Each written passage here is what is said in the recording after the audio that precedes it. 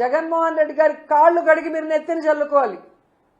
ఎందుకంటే ఇది జగన్మోహన్ రెడ్డి గారిని టార్గెట్ చేసి మీరు చేసిన నాటకం కాబట్టి. ఈరోజు ఆయన తప్పు చేయలేదు కాబట్టి ధైర్యంగా నిలబడ్డాడు. తాను తప్పు చేయలేదు అని ప్రూవ్ చేసుకున్నారు జగన్మోహన్ రెడ్డి గారు. ఆయన కాళ్ళు కడిగి చంద్రబాబు నాయుడు, పవన్ కళ్యాణ్ నెత్తి మీద చల్లుకోవాలి. ఎందుకంటే మీ అందరికీ తెలుసు, ఆ రోజు పవన్ కళ్యాణ్ తిరుపతిలో మీటింగ్ పెట్టి అసలు ఎంత ఊగిపోయినాడు, ఎంత మాట్లాడాడు. ఆయన ఒక ఎత్తు అయితే ఆయన పక్కన ఒకడు ఉన్నాడు అదే రోజు మీటింగ్లో. మీరు చూస్తే అరవ శ్రీధర్ వీడు ఇంకా రెచ్చిపోయి డిక్లరేషన్ గురించి నోటికి వచ్చినట్టు వాగాడు. ఈరోజు ఏమైంది? దేవుడు చాచి పెట్టి కొడితే గింగిరాలు తిరుగుతూ వచ్చి పడ్డారు. ఆడవాళ్ళ జీవితాలని నాశనం చేసే వీళ్ళు, ఆడవాళ్ళకి అబార్షన్లు చేసి వాళ్ళని రోడ్డు మీద పడేసిన వీళ్ళు, సనాతన ధర్ములు, వీళ్ళు జగన్మోహన్ రెడ్డి గారి గురించి మాట్లాడే వ్యక్తులు అని అడుగుతున్నా. ఎంత సిగ్గుచాటో ఒకసారి ఆలోచించండి. ఈరోజు నిజంగా వీళ్ళు హిందువులైతే చంద్రబాబు నాయుడు, పవన్ కళ్యాణ్ నిజంగా హిందూ ధర్మాన్ని వీళ్ళు గౌరవించే వాళ్ళైతే దేవుడిని ఏ విధంగా నోటికొచ్చినట్టు కించపరిచి ప్రచారం చేశారో వీళ్ళిద్దరూ ఇప్పుడు నైతికంగా బాధ్యత వహించి రాజీనామా చేయాలి. అండ్ దేవుడి గౌరవాన్నే భంగం కలిగించే విధంగా వీళ్లే కాకుండా వీళ్ళ కింద ఉన్న చిల్లర ఎదవలందరితో మాట్లాడించినందుకు వీళ్ళ మీద సుప్రీంకోర్టు సుమోటోగా కేసు తీసుకొని వీళ్ళని శిక్షించాలి. లేకపోతే ప్రతి ఒక్కడు కూడా దేవుడి గురించి మాట్లాడే వాళ్ళు అవుతారు.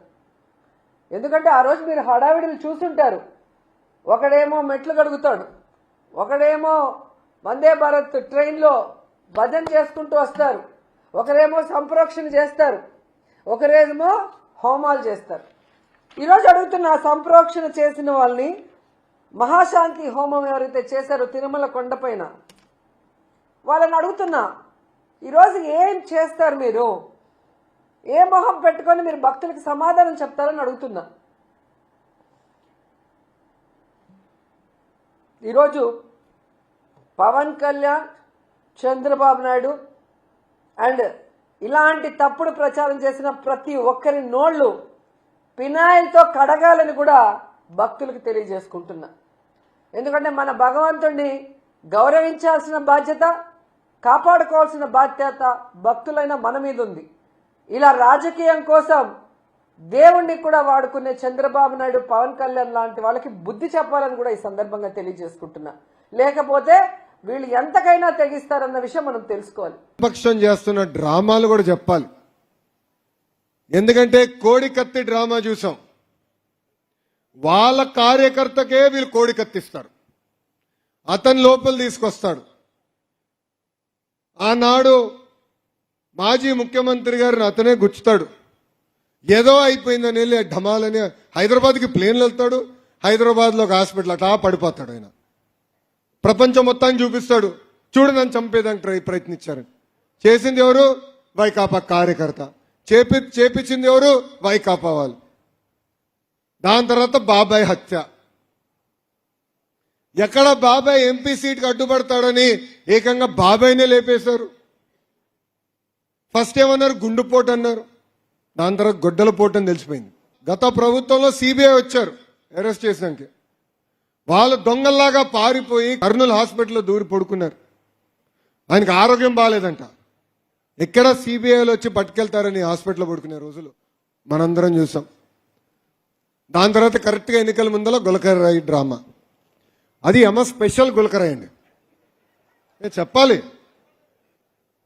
కార్టూన్లో చూస్తాం, మన పిల్లలు చూస్తారు చూడు కార్టూన్స్.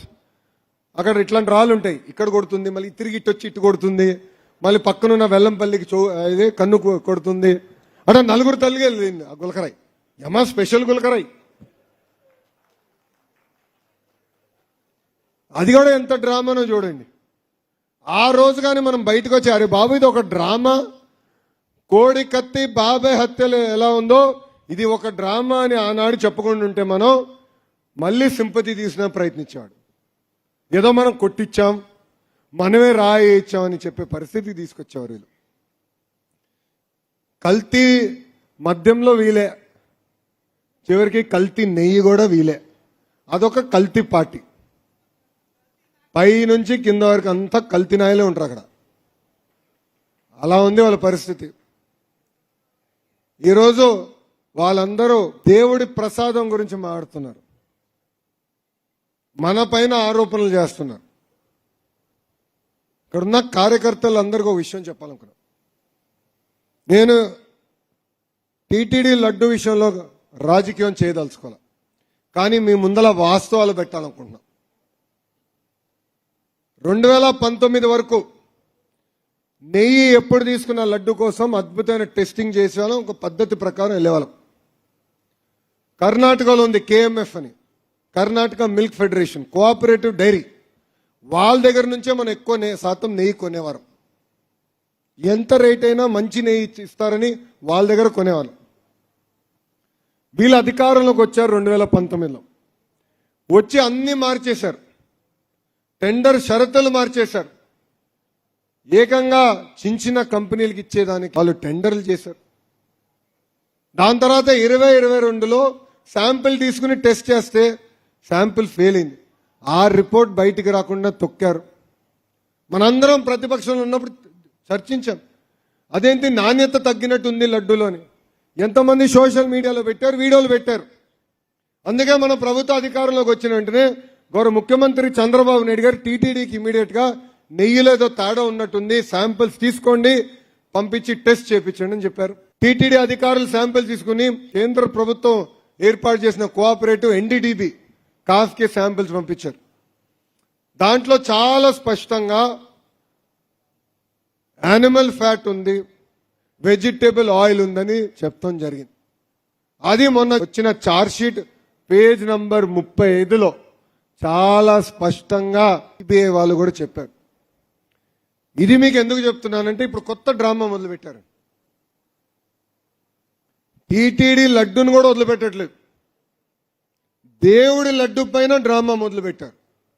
అందుకే మనందరం అప్రమత్తంగా ఉండాలి. ఇంకా చాలా డ్రామాలు చేస్తాడండి. వాస్తవంగా జగన్ గారు సినిమాల్లోకి వెళ్లాల్సిందే. ఆయనకు ఆస్కర్ కాదు కదా, భాస్కర్ అవార్డు ఇచ్చిండే వాళ్ళందరం కలిసి. అంత అద్భుతంగా నటిస్తాడు.